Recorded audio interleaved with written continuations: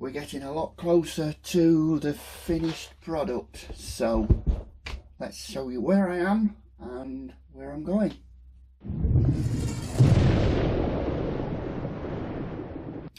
Right, I've done a lot off camera because it's been a bit of a waiting game. I've used a 2-part epoxy adhesive, which I'm sure it would be the world's most boring video if I showed you me gluing the cob lights into the back of the headlights. And with the roof cap, I had a lot of light bleed coming out of the back.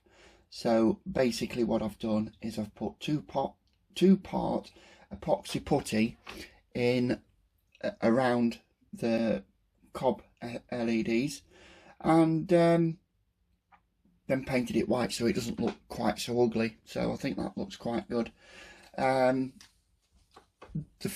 headlights look really good. I do like the way that it's not garish chrome headlights. It's got that kind of dark looking, mean looking tint to it now. I like it like that. I saw a truck the other day with like a smoked filter. So yeah, just got to wire those up. I've got to tidy all these turn signal wires up because we've got 8 wires for each. I'm going to chop those right down to nothing, so then I've just got 1 small wire coming across, and then these, chop those down to there, heat shrink them in. Plenty of room behind the bumper, behind the steps. So yeah, I'm going to put in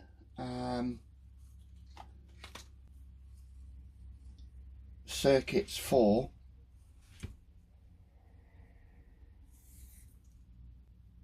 Let me just get you down here and zoom in, zoom out a bit.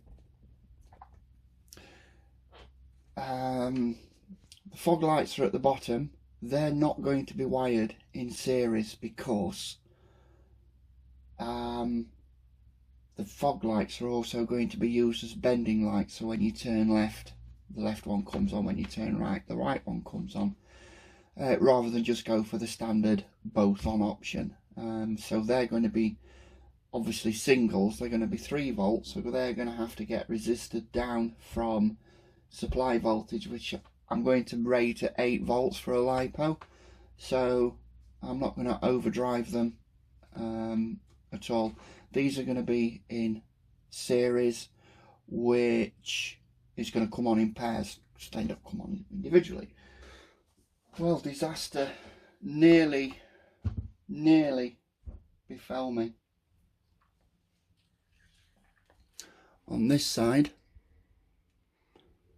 one of the red wires snapped, and I mean 7mm from the thing.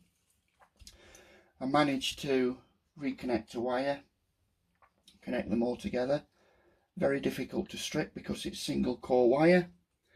And what I've decided to do is to take these, because moving these around just adds strain to where it's fixed in the light holder.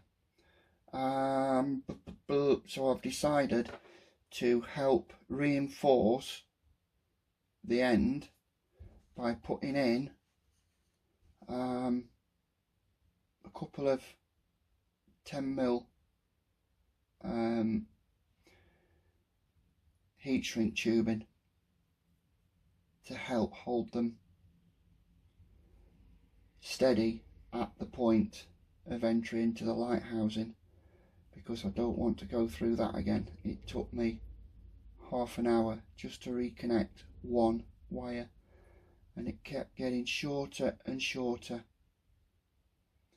So now all I'm going to do is sleeve off the negative and sleeve off the positive,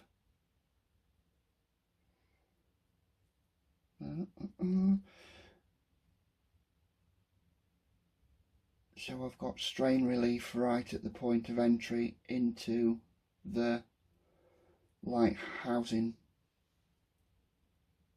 so I don't have to go through that again. That was almost brought a tear to my eye.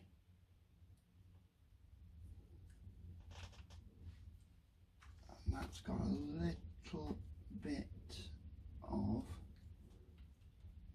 resin on there. You watch this go horribly wrong.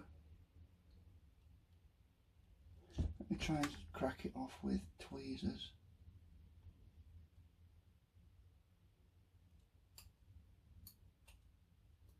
No, I'm not going to try it.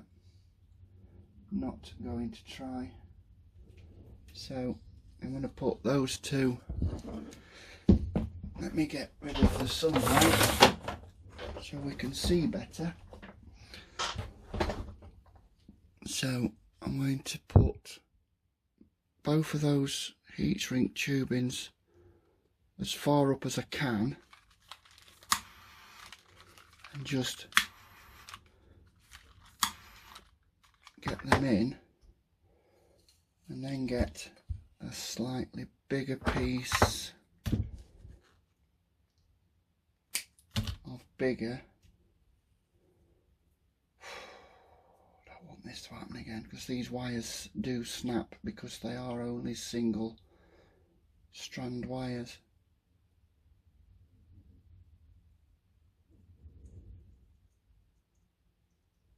There's always one that doesn't go in.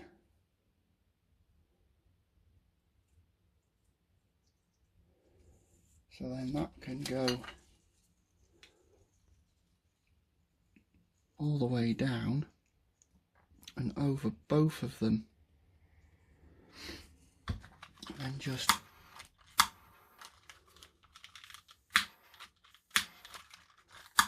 shrink that down over there, and then that's going to limit the movement on them.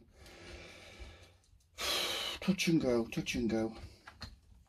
So I'm going to make those long enough to go up into the cab, so I don't have to worry about it when it's bolted to the truck. Right, that's the turn signals wired in. I've just put it in some heat shrink tubing that I'm not going to heat shrink down. I'm just going to use it as conduit just to make everything more neat and tidy. So as you can see up here, I've got 8 wires very neatly going into there, and 8 wires very neatly going into there, so it's all loomed in. Now I have got turn signals plugged in to the bench power supply. I do like the dark look on that, that's really nice. I do like that very much indeed. It's going to need a good polish. I'm using the towel surface so I don't scratch any of this. So let's see what.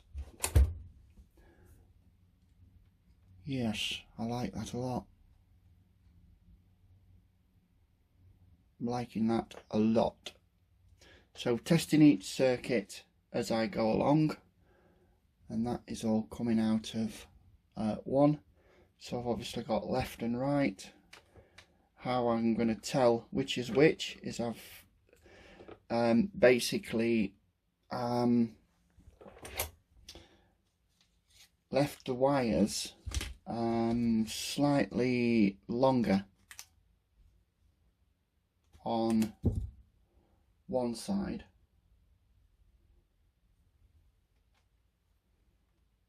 so those 2 wires are one side and those 2 wires are another side, and they're a lot longer, so I know which pair belong to which side. I am writing this down and making notes in my book, so once all the bumpers screwed on and done, it's going to be easy for me to work out which one is which.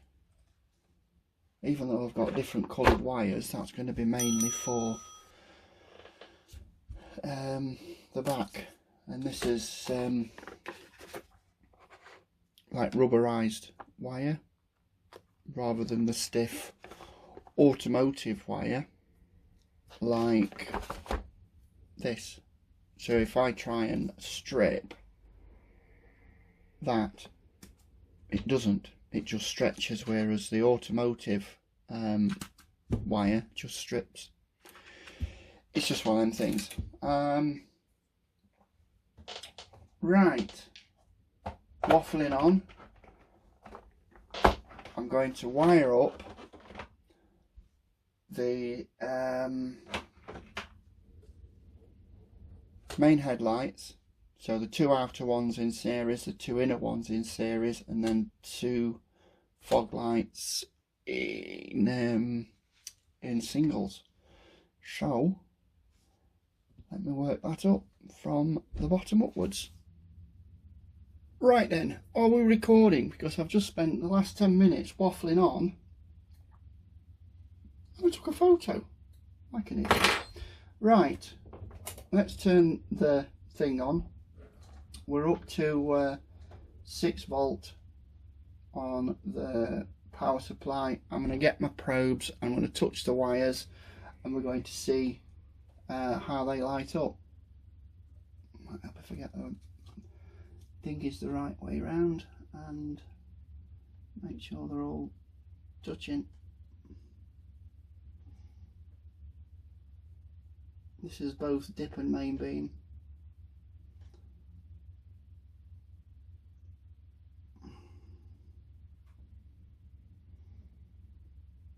Fiddly wires, I'm getting really fed up of wires. So here we go for both the main beam inner lights and the dip outer lights. There we go, they all work. And if I keep it at 6 volt, I'll probe this breakout board, and there's the, not very bright, but they never were. So I'll turn that down to 3 volt and touch these wires, and that should give us fog lights and indicators. There we go.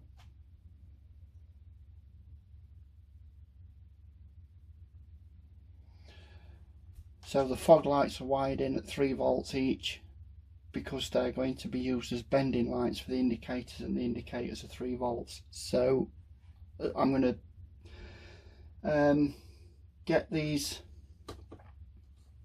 wires sorted and tidied at the back, and I'll show you what I've done with them.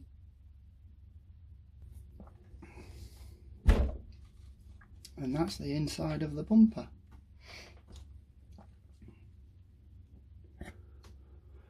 Everything's coming up through the left side of the truck,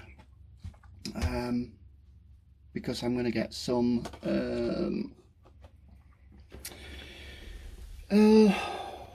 what do you call it? It's braiding.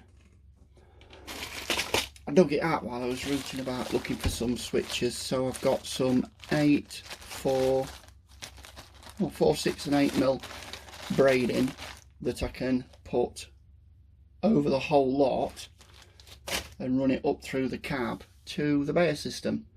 So yeah, those two are the light bar, and these are labelled up main beam 6 volt and dip beam 6 volt, fog lights 3 volt and turn signal 3 volt. So yeah, that's all going to get tidied in together.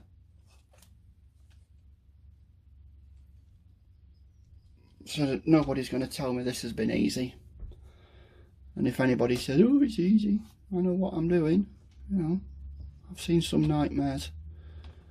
I've even seen one truck with a 30 amp fuse in it that was brought to me at one of the clubs, and yeah, I took that much wiring out of the truck and it still worked.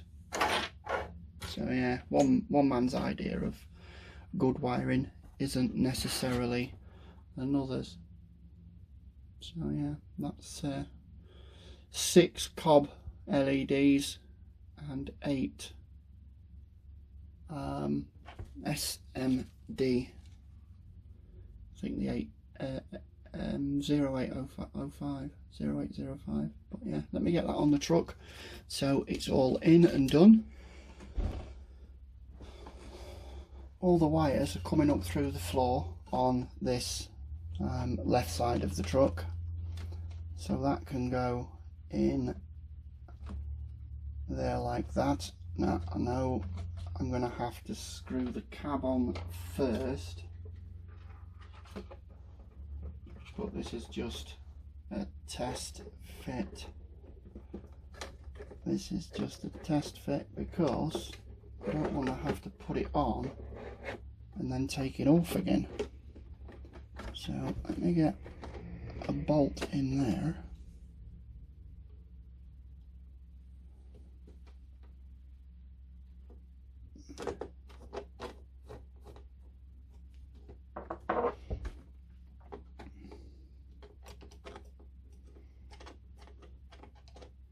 Where is it? There it is.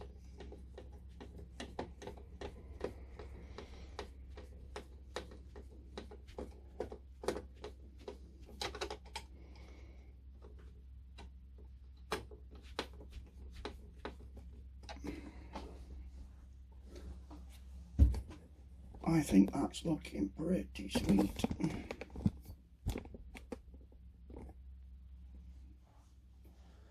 Yeah, looking pretty good. So that's all the front of the cab wired up, and now it's just the bottom half. So what do you think? Leave a comment and tell me what you think.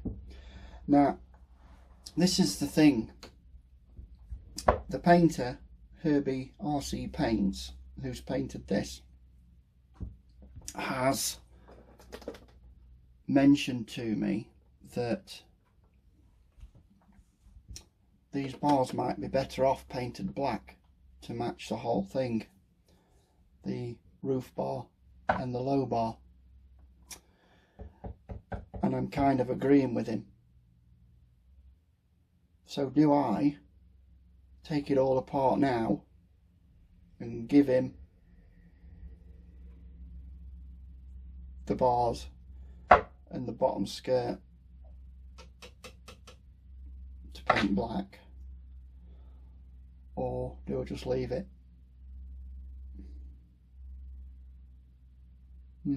Decisions.